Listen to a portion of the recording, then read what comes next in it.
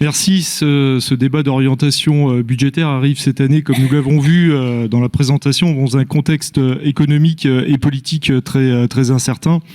Toutefois, ce débat d'orientation constitue la pierre angulaire du budget à venir et quelque part de l'action de notre collectivité.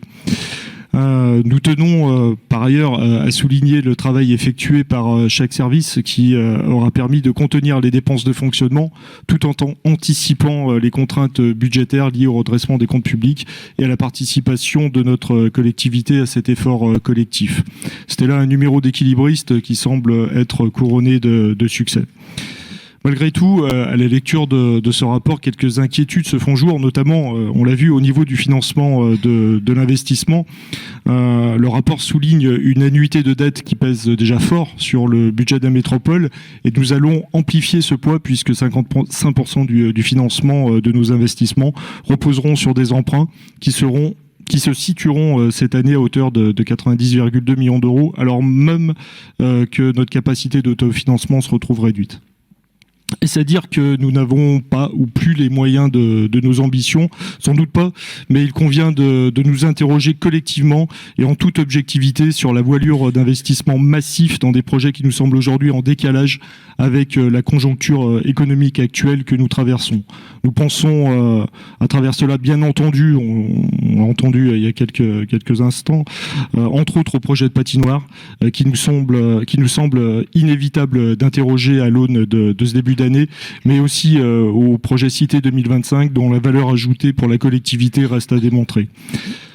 En parallèle, des préoccupations majeures de nos concitoyens semblent avoir été plus ou moins oubliées. Tout d'abord, le financement d'alternatives à la 45 via des solutions multimodales qui deviennent chaque jour un petit peu plus urgentes. En effet, la liaison Saint-Étienne-Lyon, pour ceux et celles qui sont amenés à se déplacer quotidiennement sur cet axe, a tout du parcours du combattant et vient impacter de plein fouet la qualité de vie de nos concitoyens. La coupure de ligne ferroviaire lors des inondations d'octobre dernier a laissé un souvenir amer à ces usagers du rail. Et il est inconcevable en 2025 d'infliger des temps de déplacement aussi longs à celles et à ceux qui sont dans l'obligation d'emprunter cet axe. Aussi, nous regrettons qu'aucun des 131 millions d'euros votés ici même en 2016 pour financer la 45 n'apparaissent dans ce rapport d'orientation budgétaire. Ensuite, comme nous l'avons vu dans le point précédent, la nécessaire prise de conscience du dérèglement climatique et ses impacts ne transparaît que trop peu dans ces orientations budgétaires.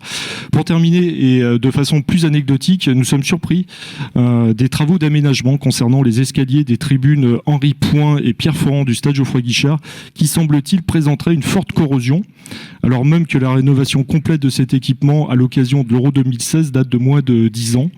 Est-ce dû à une malfaçon? Si tel est le cas, la responsabilité des entreprises chargées de la rénovation va-t-elle être recherchée? Je vous remercie.